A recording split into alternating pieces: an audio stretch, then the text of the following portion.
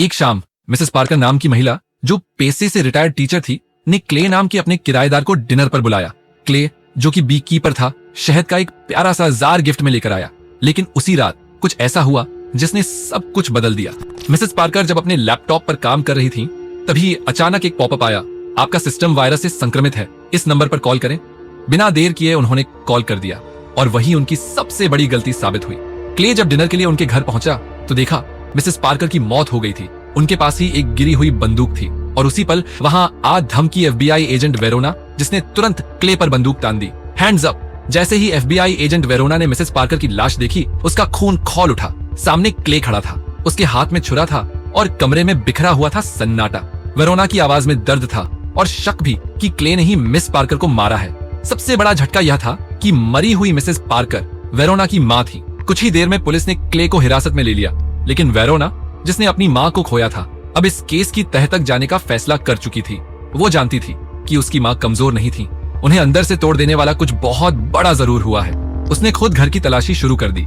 जांच में पता चला मिसेस पार्कर का पूरा बैंक अकाउंट खाली था।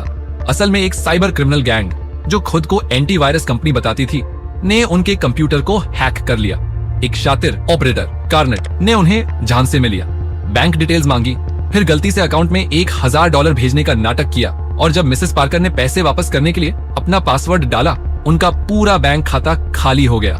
ना सिर्फ उनकी पर्सनल सेविंग्स, बल्कि चैरिटी का सारा फंड भी, पूरे $7 करोड़ गायब हो गए। मिसेस पार्कर निराश, परेशान हो गई। वो एक चैरिटी चलाती थी, उनके चैरिटी का सारा फंड उड़ चुका था। अब वेरोना समझ चुकी थी उसकी माँ एक साइबर अपराधी गैंग का शिकार हो गई थी और यह सिर्फ धोखा नहीं था, यह हत्या जितना ही खतरनाक अपराध था। कुछ समय बाद क्ले को निर्दोष मानते हुए रिहा कर दिया गया और अगले दिन वेरोना खुद उसके पास गई, इस बार माफी के साथ। मुझे लगा तुमने माँ को मारा है, लेकिन अब मैं समझ चुकी हूँ असली कातिल वो हैं जो कंप्यूटर स्क्रीन के पीछे छिपे बैठे हैं। फिर उसने क्ले को बताया उस गैंग के बारे में जो एंटीवायरस कंपनियों का नकाब ओढ़कर मासूम लोगों को लूटते हैं। FBI सालों से उनकी तलाश में थी, लेकिन अब तक उनके हाथ कोई सुराग नहीं लगा था। फिर यहाँ पता चलता है क्ले कोई आम इंसान नहीं है। एक वक्त था जब क्ले अदबी हाइव नाम की एक अल्ट्रा सीक्रेट यूनिट का हिस्सा था। ये यूनिट अमेरिकी सरकार के लिए वो मिशन अंजाम देती थी जिनकी भनक तक बाकी विभागों को नहीं होती थी। लेकिन एक दिन क्ले ने सब छोड़ दिया। जासूसी की दुनिया से निकलकर वो सच में बी कीपर बन गया, एक मधुमक्खियों वाला किसान। लेकिन अब क्ले को मकसद मिल चुका था। उसने अपने पुराने यूनिट बी हाइव को कॉल किया। वक्त आ गया है एंटीवायरस कंपनी और उसके पीछे के मास्टरमाइंड को पकड़ने का। कुछ ही दिनों में बी हाइव यूनिट ने जानकारी निकाल ली। गैंग का नाम था UDG और उसका ऑपरेशन लीडर था कार्नेट। अगले ही सीन में क्ले 2 गैसोलिन कैन लेकर UDG के हेडक्वार्टर्स में घुसता है। सभी गार्ड्स को अपने रास्ते से हटा देता है, कंट्रोल रूम को अपने कब्जे में ले लेता है, फिर पूछताछ करता है और एक आदमी को पीटना शुरू कर देता है। सबको चेतावनी देता है, अगर किसी ने दोबारा किसी मिसेस पार्कर को लूटा तो अगली बार ये ऑफिस नहीं, तुम जलोगे। वो सारे कंप्यूटर्स पर गैसोलिन छिड़कने लगता है, पर तभी आते हैं कार्नेट और उसके गुंडे। लेकिन क्ले जैसे तूफान हो, सबको धूल चटा देता है। फिर ऑफिस में बॉम्ब लगाकर कार्नेट से कहता है, तू बच सकता है कार्नेट, अगर अभी भागा तो। अगले ही पल में पूरा हेडक्वार्टर्स कुछ सेकंड में राख बन जाता है। उधर कार्नेट किसी तरह भागता है और फोन करता है डैन फोर्थ को, गैंग का असली बॉस। बताता है कि बी कीपर वापस आ गया है और उसने हमें तबाह कर दिया है। डैन गुस्से में बिफरता है, उसके छत्ते पर वार करो। अगले दिन क्ले अपने फार्म पर मधुमक्खियों की देखभाल कर रहा होता है। तभी कार्नेट और उसके गुंडे आ धमकते हैं। उन्होंने क्ले के सारे बी हाइव्स तोड़ डाले और फिर क्ले का पीछा करने लगे। पर क्ले जानता था वो आ रहे हैं और जब वो आए उन्हें मिला सिर्फ मौत। क्ले ने सभी गुंडों को खत्म किया और कार्नेट को जानबूझकर जिंदा छोड़ा, लेकिन उसकी उंगलियां काट दी। अब कार्नेट जान बचाकर भाग निकला और दूसरी ओर वेरोना को खबर मिली कि उसकी मां के घर में आग लगी है। जब वो पहुंची, देखा क्ले का बी फार्म और उसका गैरेज जलकर राख हो चुका था। FBI की टीम जब UDG हेडक्वार्टर्स के मलबे में जांच कर रही थी, तभी एक जली हुई लाश की जेब से उन्हें एक ID कार्ड मिला, UDG कंपनी का कार्ड। वेरोना ने वो कार्ड देखा और सारा माजरा समझते देर नहीं लगी। क्ले, ये काम तुम्हारा है, उसने बुदबुदाते हुए कहा। उधर दूसरी तरफ कार्नेट, जो किसी तरह अपनी जान बचाकर भागा था, वह कांपते हाथों से फोन मिला रहा था। डैनफोर्थ, क्ले ने, उसने मेरी उंगलियां काट दी। फोन के उस पार डैनफोर्थ का गुस्सा उबल पड़ा। वो समझ गया क्ले कोई मामूली इंसान नहीं है। उसने कहा, अब वक्त आ गया है उसे खत्म करने का। लेकिन ठीक उसी वक्त कार्नेट के सामने क्ले एक बार फिर आ खड़ा हुआ, इस बार और भी ज्यादा खतरनाक। क्ले ने बेल्ट निकाली, कार्नेट को जकड़ा और उसे अपनी गाड़ी के बम्पर से बांध दिया। और एक्सेलरेटर दबा दिया। गाड़ी पानी में समा गई। फोन अब भी चालू था और अभी भी डैनफोर्थ लाइन पर था। क्ले ने फोन उठाया। डैनफोर्थ, अगला नंबर तुम्हारा है, तैयार रहो। इधर वेरोना और उसका साथी मैट क्ले की असलियत खोजने में जुटे थे। सरकारी डाटाबेस, आर्मी रिकॉर्ड, इंटरपोल, हर जगह सन्नाटा था। मैट बोला, ये आदमी कहीं का नहीं लगता, या फिर बहुत सीक्रेट एजेंसी का है। वेरोना का अंदाजा था, शायद ये किसी टॉप सीक्रेट यूनिट का हिस्सा रहा है, इतना टॉप कि खुद एफबीआई को भी खबर नहीं। तभी उन्हें खबर मिली, कार्नेट की लाश मिली है, गाड़ी से बंधी पानी में। डैनफोर्थ अब और सतर्क हो चुका था। उसने एक आदमी से संपर्क किया, वेलेस, जो पहले सीआईए का ऑपरेटिव रह चुका था और अब उसकी माँ यूएस प्रेसिडेंट जेसिका की सुरक्षा संभाल रही थी।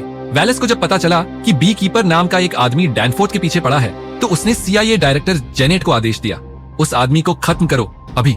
जेनेट ने बी कीपर्स यूनिट से संपर्क किया और एक जानलेवा एजेंट एना को भेजा गया मिशन क्ले को मारने के लिए। क्ले एक गैस स्टेशन पर अपनी गाड़ी में फ्यूल भर रहा था, तभी गोलियों की बौछार हुई, लेकिन क्ले अब भी बी कीपर था। उसने हर गोली का जवाब गोली से दिया। मुकाबला कांटे का था, पर क्ले ने एना को भी खत्म कर दिया। उसकी उंगलियां काटी और उसे वहीं जला दिया। फिर पूरा गैस स्टेशन उड़ गया।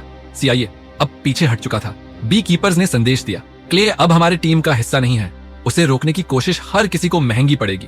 वेलेस की पूरी दुनिया हिल गई, क्योंकि सीआईए और बी कीपर्स ने अपने हाथ खड़े कर दिए थे। अब उसने फैसला किया, ये अब मेरा मिशन है। उसने स्पेशल फोर्स की एक टुकड़ी तैयार की और बी कीपर्स की सारी जानकारी इकट्ठा कर ली। क्ले अब आजाद है और वो एक चलता फिरता खतरा है, हर हाल में उसे रोकना होगा। अगली सुबह वेरोना और मैट तबाह गैस स्टेशन पर पहुंचे। वहां एना की जली हुई लाश थी। उसके पास कोई पहचान नहीं थी। वो कोई एजेंट थी, लेकिन किसकी? वेरोना को कोई जवाब नहीं मिला। उधर क्ले एना की उंगलियों का इस्तेमाल कर उसके घर में घुस गया। उसका कंप्यूटर हैक किया। वहीं से उसने कार्नेट के फोन की लोकेशन ट्रैक की और उसके साथ ही मिल गया डैनफोर्थ का पता। क्ले अब पूरी तैयारी में था। उसने एना के घर से हथियार, बम और नक्शे उठाए और फिर वो निकल पड़ा अपने आखिरी मिशन पर। वहीं दूसरी ओर वेलेस की स्पेशल फोर्सेज अब क्ले को खत्म करने का प्लान बना चुकी थी। टारगेट डैनफोर्थ की हाईटेक बिल्डिंग, जहां अभी भी एनएसयू कंपनी का ऑपरेशन चालू था। बिल्डिंग के बाहर स्वॉट टीम पूरी ताकत से तैनात थी। हर कोई जानता था क्ले आएगा और जब आएगा तो नरसंहार तय है। लेकिन बिल्डिंग के अंदर जैसे कुछ हुआ ही ना हो। कर्मचारी अपने डेस्क पर काम कर रहे थे। दरअसल एनएसयू यूडीजी की ही परछाई थी, एक और फर्जी कंपनी जो जनता की जेब काट रही थी। और तभी वहां बिल्डिंग के सामने क्ले आ पहुंचा। बिना किसी चेतावनी के उसने स्वॉट टीम पर हमला बोल दिया। स्वॉट टीम उसके सामने टिक नहीं पाई और पलक झपकते ही वो बिल्डिंग के भीतर घुस गया और भीड़ में गायब हो गया। एक स्पेशल फोर्स मेंबर ने उसे पहचान लिया और फिर शुरू हुआ बंदूकों का कोहराम। पर जिस मिशन पर दर्जनों प्रोफेशनल निकले थे, उन्हें एक अकेले आदमी ने मार दिया। फिर क्ले ने कंपनी के टॉप मैनेजर रिको को घसीटा और पूछा, बोल मालिक कौन है? रिको थर थर कांप रहा था। वो बहुत ताकतवर है, तुम उसे छू भी नहीं सकते। क्ले ने कहा, कोई भी इतना ताकतवर नहीं जो मेरे सामने टिक सके। तब डर के मारे रिको ने नाम उगल दिया और उसी वक्त वेरोना और उसकी टीम ने क्ले को घेर लिया। क्ले, अपनी बंदूक नीचे करो। मगर क्ले एक बार फिर भाग निकला। वहीं वेरोना और मैट को पता चला कि यूडीजी और एनएसयू जैसी सभी कंपनियों का मालिक कोई और नहीं, यूएस प्रेसिडेंट का बेटा डैनफोर्थ था। वेरोना सन्न रह गई। इसका मतलब क्ले शुरू से सही था। अब मामला सिर्फ डैनफोर्थ तक सीमित नहीं था, खुद प्रेसिडेंट जेसिका की जान भी खतरे में थी। जैसे ही ये जानकारी डिप्यूटी डायरेक्टर प्रिग तक पहुंची, उसने वेरोना और मैट को क्ले को हर हाल में पकड़ लाने का आदेश दिया। अब सुरक्षा का नया स्तर तय किया गया और प्रेसिडेंट की सुरक्षा और बढ़ा दी गई। अगले दिन प्रेसिडेंट और डैनफोर्थ एक समुद्र तट के आलीशान बंगलों में एक चैरिटी इवेंट में हिस्सा लेने वाले थे। एफबीआई, सिक्योरिटी सर्विस, ड्रोन और सैटेलाइट निगरानी सब कुछ एक्टिव था। लेकिन फिर भी वेलेस की आंखों में बेचैनी थी। वो जानता था वो आएगा और जब आएगा सब खत्म कर देगा। इसीलिए वेलेस ने एक नई टीम बुलाई, the best of the best. इनमें लीड कर रहा था एक काला चेहरा, जख्मी लेकिन खतरनाक कैप्टन लजरस। उसने कहा, मैं एक भी कीपर को पहले भी मार चुका हूं, लेकिन उस लड़ाई में मेरी टांग कट गई थी। वहीं दूसरी ओर क्ले ड्रेनेज सुरंग से ट्रक के नीचे छिपकर बंगलों के भीतर पहुंच चुका था। एक स्वॉट ऑफिसर को खामोशी से खत्म किया और फिर गाड़ियों में बॉम्ब लगाकर अपना एक नया चेहरा बदल लिया और फिर वो भीड़ का हिस्सा बन गया।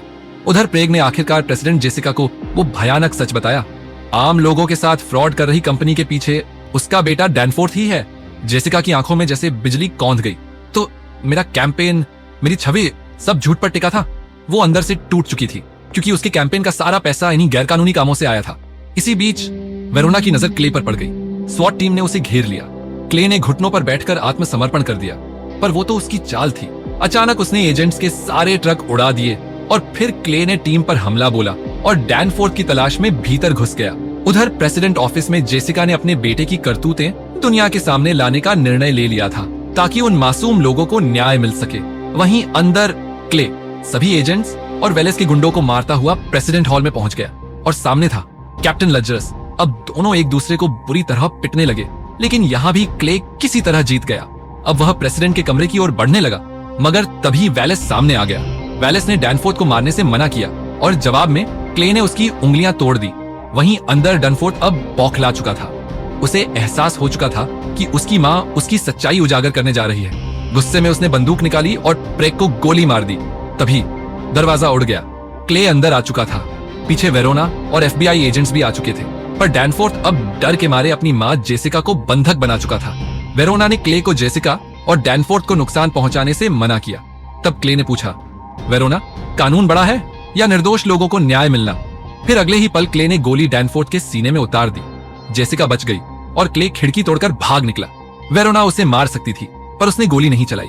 उसने न्याय को चुना, कानून को नहीं, क्योंकि क्ले ने मासूमों के लिए वो किया जो शायद किसी और में हिम्मत नहीं थी। अंत में क्ले स्कूबा गियर पहनकर गायब हो गया और मूवी यही खत्म हो जाती है। लेकिन अगर आप जानना चाहते हैं कैसे एक बूढ़ा आदमी दुनिया के सबसे सुरक्षित जेल से भाग निकला, तो राइट वाली वीडियो पर क्लिक करिए।